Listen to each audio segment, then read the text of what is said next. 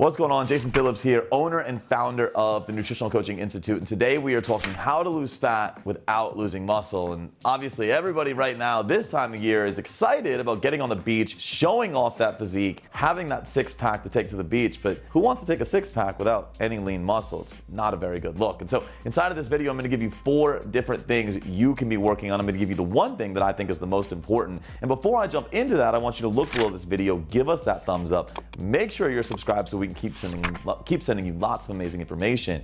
And of course, click that link so I can send you a free copy of my Nutrition Coach's cheat sheet. It's basically all the information I've been using the last 16 years to create amazing results with clients and amazing results with coaches in growing their business so that they can go out and help clients. Now, let's talk about how do we lose maximal amounts of fat without losing muscle. And first of all, what I want you to consider is the duration at which you're dieting. And I know right now, summer's getting close. A lot of you think that you have to take a really quick diet, and that's the worst thing. The shorter your diet, it means the larger the calorie deficit is going to be. And so if you're trying to crash diet, if you're going into an extreme deficit, you are likely going to lose muscle. More often than not, you're going to also find yourself in a yo-yo diet scenario, because let's be honest, it's not very easy to maintain a significant calorie deficit. So we get in, we try to rush, we get in this big calorie deficit, what do? We fall off. We find ourselves in a diet, out of a diet. We find what's happening is we're gaining body fat, not losing body fat,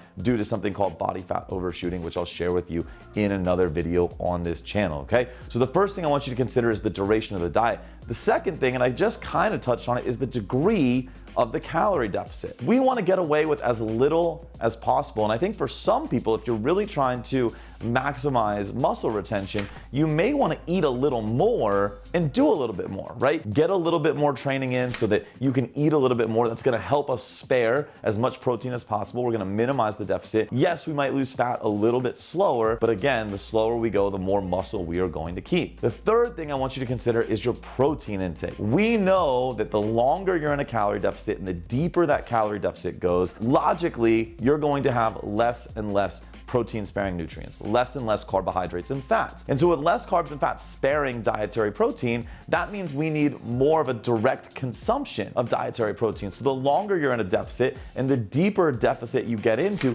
make sure you are having adequate amounts of protein. And I gotta tell you, more and more emerging research is coming out to support the intake of even higher protein than we once thought to build lean tissue or to hold on to lean tissue. And as we know, not only do we want to keep muscle to look good, it's our most metabolically active tissue. So that's going to make the rest of the dieting process even easier. And the fourth thing I want you to consider is the use of refeeds. When you're in a deficit, obviously we know refeeds can keep the metabolism alive, but it can also help us spare that lean tissue. When you look at the Matador protocol, 2 things happened. The rate of fat loss was actually higher diet day for diet day. The metabolic markers were actually much higher in the study that had the 2-week refeeds versus no refeeds. And what we saw was actually more lean tissue retention in the study that used the 2 weeks of alternating diets with alternating maintenance periods, okay? So now you don't necessarily have to use the traditional Matador study. You don't have to do the 2 and 2. You could potentially do 3 low days, 1 high day. You could do 5 low days, 2 high days. You could do 10 low days, 3 high days. There are lots of different refeed structures. If we're looking to maximize metabolism, we're gonna of course want to use at least 48 hours. But if we're just simply looking to maximize lean tissue, we could get away with as little as 24 hours on a more frequent basis. Now, I gotta tell you that the one most important thing in this whole process is really the duration. I think that if you're trying to diet really quickly, you're asking to lose muscle. You simply can't have enough calories, which means you can't have enough protein, which means your output is going to have to be lower relative to stress inputs, and ultimately you will end up losing muscle. So please, when you're setting up your fat loss diet and you're trying to retain muscle, make sure that you're giving yourselves enough time. Right? Now, they're all really important. That's the one that I think is going to help the most people.